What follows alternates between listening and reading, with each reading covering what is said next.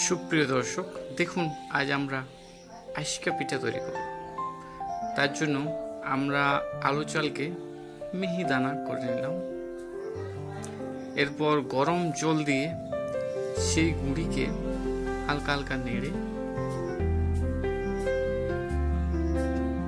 যেমন এরকম টাইপের করে নিতে হবে, চিটচিট টাইপের। এরপর সেই গুঁড়িকে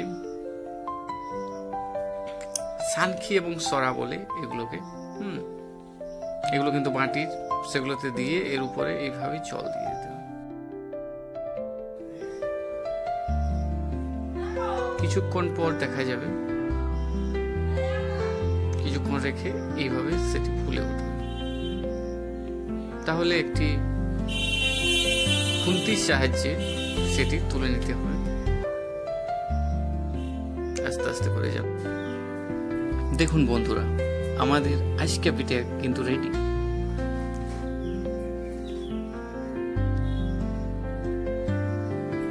ধন্যবাদ সকলকে।